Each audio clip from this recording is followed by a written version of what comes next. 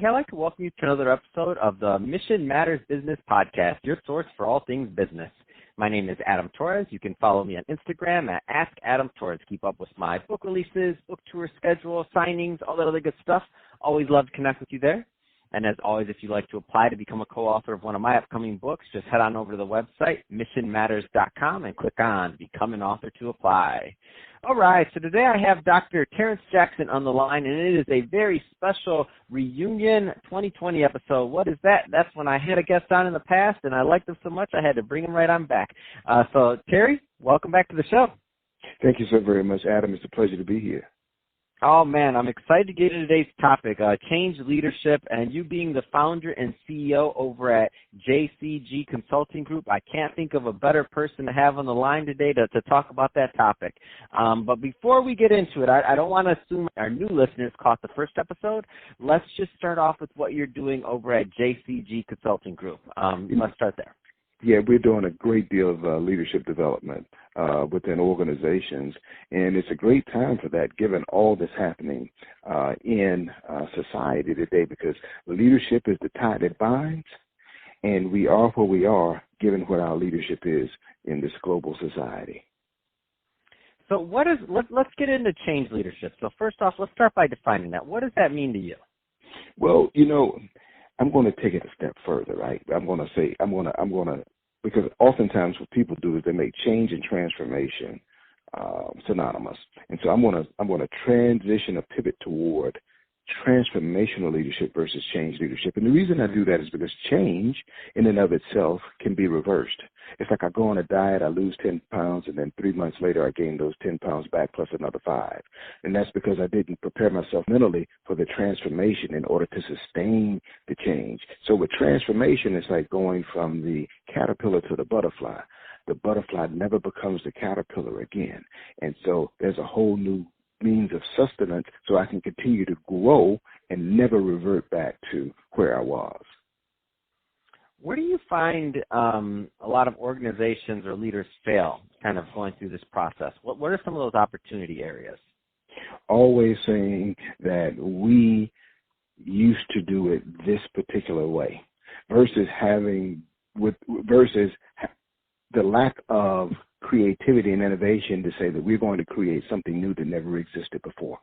So, instead of looking in my particular industry for transformation, I need to look in all industries to see what the best practices are around transformation, and it takes you out of the context of your industry, which makes you think differently. For instance, I asked a hospital leader, if Google were to buy your organization, what would they get?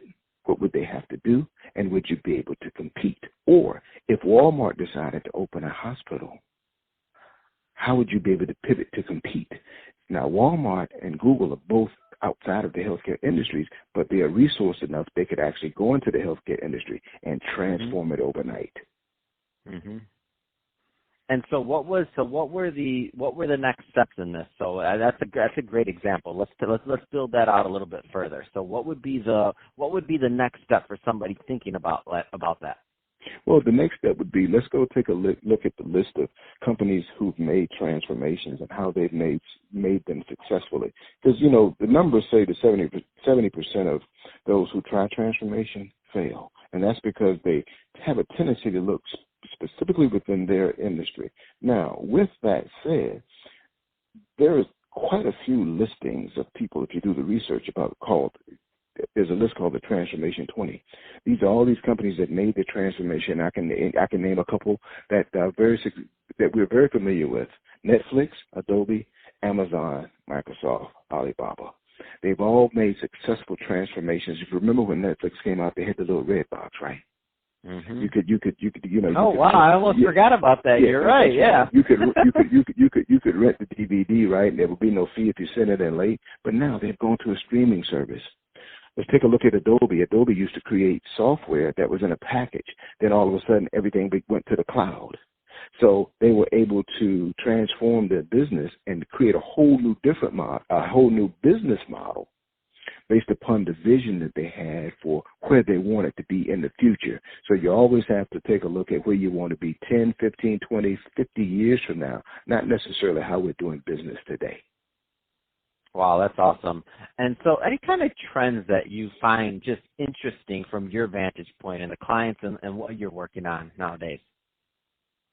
Well, the trend is everybody wants transformation, Mm-hmm. and so that's a buzzword, Mm-hmm. but everyone is not prepared to put in the work for transformation, because transformation upsets the status quo, and the status quo's only job is to protect itself. 100%. No, I get it. And so what would be, so there's a lot of business owners, entrepreneurs, executives listening right now. And, they're thinking, okay, this sounds good. I understand transformation. Okay, maybe they've heard of the Transformation 20. Maybe they're thinking about it, but they're like, but how does this apply to me?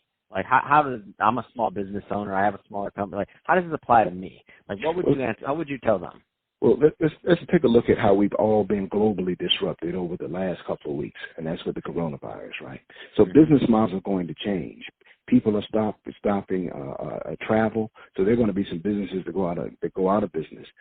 For those businesses that were able to take a look at themselves and say, we need to be different to be competitive in the future, what kind of business model do we need to create to do so?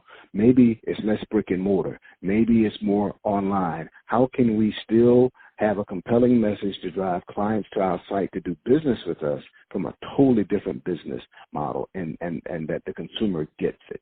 And so it's thinking like you've never thought before, and that comes through reigniting innovation, creativity, and something that we lose when we grow older, and that's imagination. Remember, kids have a great, huge imagination as you grow up, right? But somewhere down the line, that imagination is diminished, and we have to go back, and we have to be, one word I'm going to say, we have to be curious. Ask the question, what if? Because it allows you to be able to set up so many different scenarios that you can create so many options or solutions for, and then you plug in the right solution given the time and given the situation. No, that's awesome. So, Terry, if somebody is listening to this, first off, I can talk to you about this all day long. This is a great topic, and I'm going to have to bring you back to the show so we get some more out of you. But if somebody's listening to this and they want more information on JCG Consulting Group, two-part question. Number one, what's the right type of business and or client that's usually a good fit for you? And number two, what's the best way for them to reach out, please? I'm looking for that client who is looking to make that full transformation within themselves and within the organization. They have to be transformation ready. They have to understand that, we have to be able to manage through ambiguity, right, and uncertainty, and understand that business is really about risk and uncertainty. And the best way to reach me would be go to my website at jcgconsultinggroup.com. You can see my profile on LinkedIn. It's Terence Jackson, PhD. Or you can email me at terry@jcgconsultinggroup.com. Fantastic. Well, hey, Terry, it's been great catching up with you on this reunion 2020 episode. I'm going to have to call you back on in 2021 so that we can get another reunion episode done and see what you've been up to and how you closed out 2020. And to the audience, as always, thank you for tuning in. Hope you got a lot of value out of this. If you did, don't forget to subscribe to the podcast, leave me a review on the Apple iTunes Store. If you're watching this on our YouTube channel, Mission Matters Business, definitely give us a subscribe there, but leave some comments in the comment section. Love to know what you're working on and what's going on in your world. And Terry, thanks again for coming back on the show.